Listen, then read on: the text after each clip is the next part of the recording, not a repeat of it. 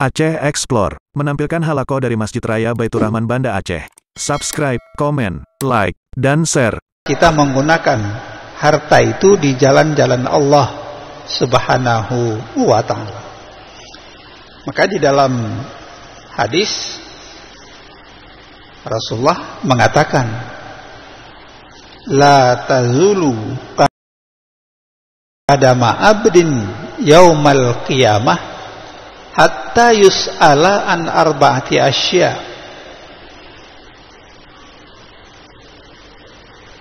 Tidak bergerak sebelum telapak kaki seorang hamba bergerak di hari kiamat, itu Allah akan mempertanyakan pada dirinya 4 hal. Arba'ati asya, 4 hal. Yang pertama kan tentang umur, an umurihi fima afna. Itu tentang umur kita yang Allah berikan. Kemana kita habiskan umur ini? Itu akan jadi mas'uliyah. Apakah umur ini yang diberikan yang untuk hura-hura, yang laga-laga, yang sia-sia, yang tidak bermanfaat? Itu ini jadi mas'uliyah pada kita sekalian. Kemudian dikatakan tentang jasmani anjasadi. Kemana dihabiskan? Sejak masa muda sampai terus berlanjut sampai tua. Kemana dihabiskan? Ya, digunakan jasmani ini. Kemudian an ilmihi ma amilabih, tentang ilmu yang Allah berikan, kemana ilmu itu digunakan. Dan yang terakhir, 2 hal tentang harta ini. Wa an malihi ainak tasabahu wa bima anfaqah. Seolah-olah sederhana sekali. Menyangkut harta ini dua pertanyaan nanti, 2 pertanggungjawaban. Dari mana harta itu kita dapatkan dan kemana harta itu digunakan. 2 menyangkut dengan harta ini. Makanya para ulama, baik ulama fikih, ulama usul fikih, itu merumuskan, memasukkan harta ini dalam ranah al-daruriyat. Artinya sesuatu yang penting dijaga dan dipelihara. Jangan salah dalam mendapatkan sumber-sumber rezeki. Kalau salah cara kita mendapatkan, tentu akan berimbas kepada kita sendiri. Kalau banyak cara penipuan, perampokan, perampasan harta, juga nanti Allah akan mengingatkan kita. Alam akan mengingatkan kita jika kita tidak lagi jadi amanah. Memang ada sementara menyebutkan, oh gempa itu alam. Tapi kita orang yang beriman, itu sebuah teguran, peringatan Allah kepada kita sekalian, supaya tidak lalai, tidak lengah dalam menjaga kehidupan ini dan dengan semua aktivitas kegiatan kita, supaya mendapat berkah ridha Allah Subhanahu wa ta'ala. Bapak Ibu hadirin kaum muslimin sidang jamaah yang dirahmati Allah Subhanahu wa ta'ala, kita memberi apresiasi. Viral di WhatsApp, di HP sedang viral, dan sudah banyak yang komen dari tokoh, elit tentang Belang Padang, tentang Belang Padang itu kan wakaf Masjid Raya ini, dan masih ada bukti-bukti sejarah orang-orang tua yang paham, dan sejarah juga mengatakan misalnya tanah Padang, Belang Padang itu wakaf sejak masa Sultan dulu, termasuk Belangpunge. Jadi kalau ini memang bisa diselesaikan ya, karena ini wakaf, kan wakaf nggak boleh dimiliki kan oleh seseorang, kecuali nazir. Nggak boleh kita la yuba'u, wakaf itu nggak boleh diperjualbelikan, wakaf itu nggak boleh diwariskan, wakaf itu nggak boleh dihibah ya. Jadi saya kira sangat berpahala kalau ini bisa diselesaikan ya. Sangat berkah. Dan karena wakaf itu kan milik Allah, bukan milik siapa-siapa ya. Nazir juga bukan bisa memiliki, tapi mengawasi. Alhamdulillah kalau ini bisa diselesaikan ya, sangat berpahalalah orang yang memperjuangkan ya, supaya kembali ke Masjid Raya ini. Alhamdulillah. Pak Ibu sidang jamaah yang dirahmati Allah Subhanahu wa taala. Pertanyaan yang muncul adalah, siapa sebenarnya pemilik harta itu? Setidaknya ada dua jawaban. Yang jawaban ini juga Allah berikan kepada kita sekalian. Yang pertama, pada hakikatnya harta itu adalah milik Allah. Yang kita kuasai, kita miliki saat ini, hakikat ya. Secara hakikat, harta yang ada pada kita itu adalah milik Allah.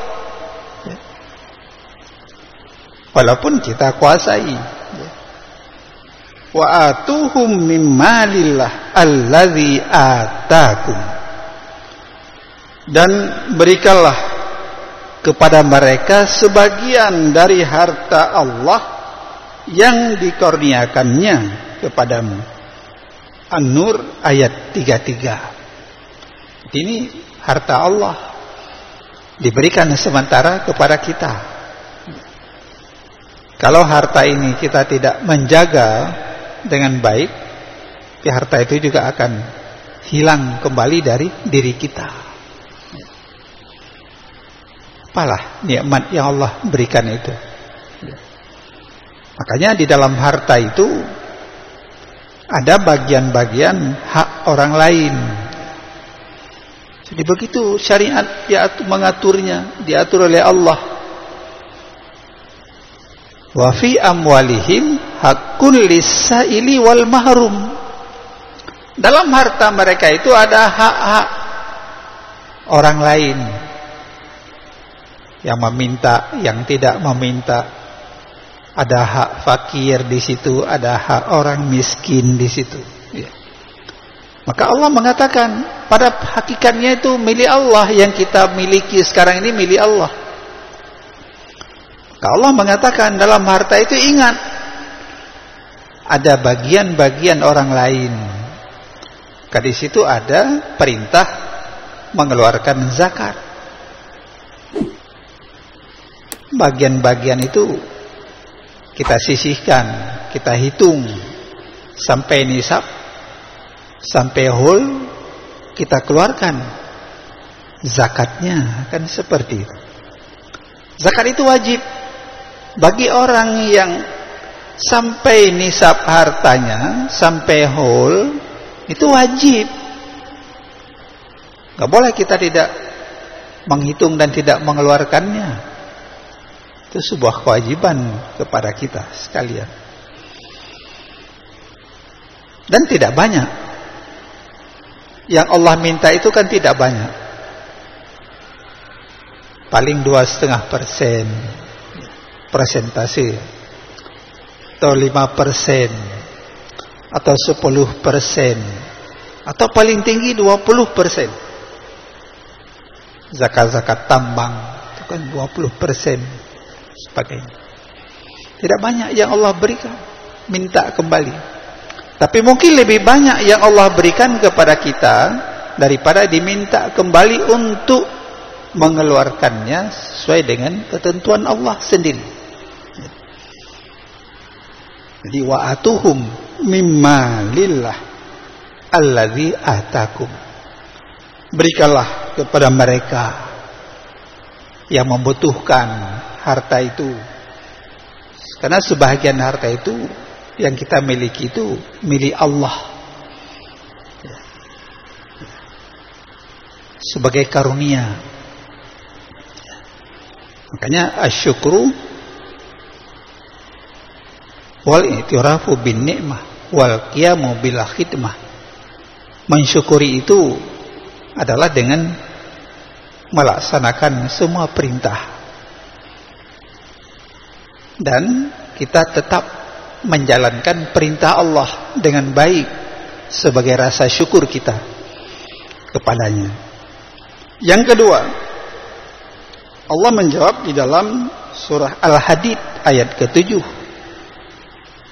Aminu billahi wa rasulih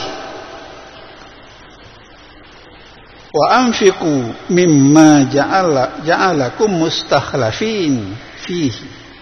Berimanlah kamu kepada Allah dan Rasulnya, dan nafkahkanlah sebagian dari hartamu yang Allah telah menjadikan kamu menguasainya.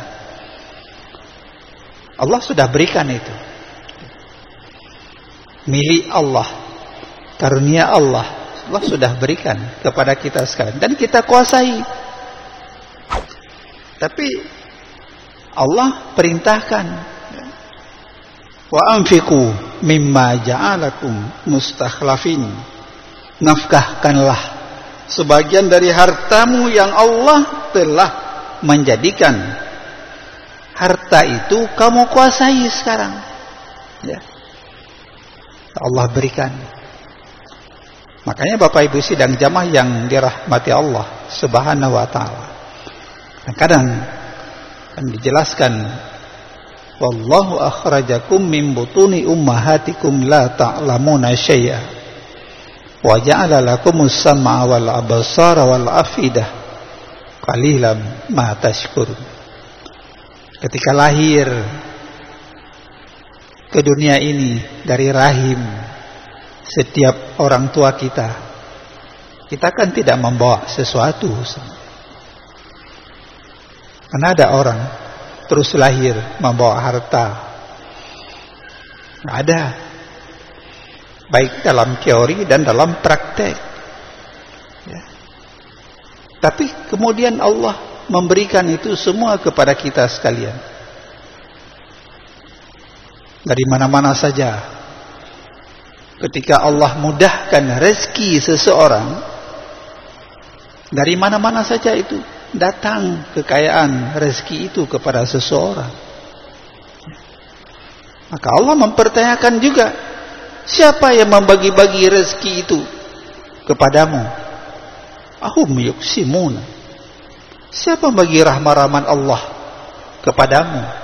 Allah sendiri menjawab, tentu Allah yang membagi-bagi itu rezeki kepada hambanya. Kalau juga kita lihat apa nilai Allah menurunkan rezeki itu, ya, sampai 100%. Allah menjadikan rezeki itu 100% diturunkan ke bumi, hanya 1%. 99% ada pada Allah, akan diberikan di yaumil kiamah, di akhirat nanti. Makanya Bapak Ibu sidang jamaah yang dirahmati Allah Subhanahu wa taala, kita tidak perlu pesimis. Tapi kita hidup ini harus optimis. Bersemangat. Karena yang memberikan rezeki itu bukan manusia. pada hakikatnya yang memberikan rezeki itu Allah Subhanahu wa ta'ala. Oh, ada orang karena bekerja diberi gaji, ujrah, itu perantara, wasilah saja. Dia pun kalau tidak diberi rezeki oleh Allah, dia pun enggak mampu memberikan ujrah kepada kita. Bapak Ibu sidang jamaah yang dirahmati Allah Subhanahu wa ta'ala. Karena itu Allah sendiri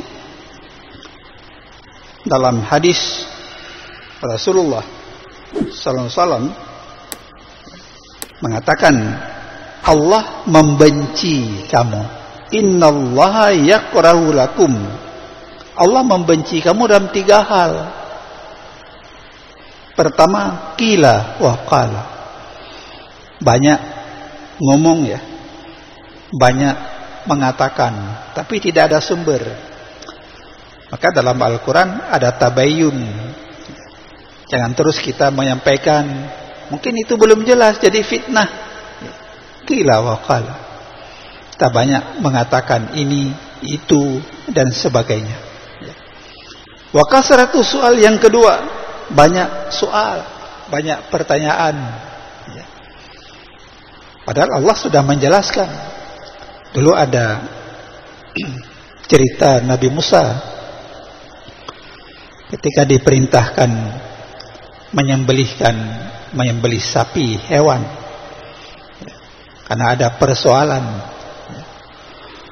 Tapi banyak soal, pertanyaan sapi yang mana, sapi yang tua, sapi yang muda, banyak sekali pertanyaan sehingga memberatkan. Kasratus soal. Yang ketiga, wa idha'atul mal, menyia-nyiakan harta. Nah, kalau mubazir, tabzira, ya, mubazir dan konsumtif, ya, tidak yang prioritas, itu juga Allah tidak senang orang-orang yang tabzir, ya, mubazir, menggunakan harta rezeki yang diberikan oleh Allah Subhanahu wa ta'ala. Bapak Ibu sidang jamaah yang dirahmati Allah Subhanahu wa ta'ala. Dengan demikian, maka harta itu juga kita jelaskan yang lalu juga bisa jadi fitnah terhadap diri.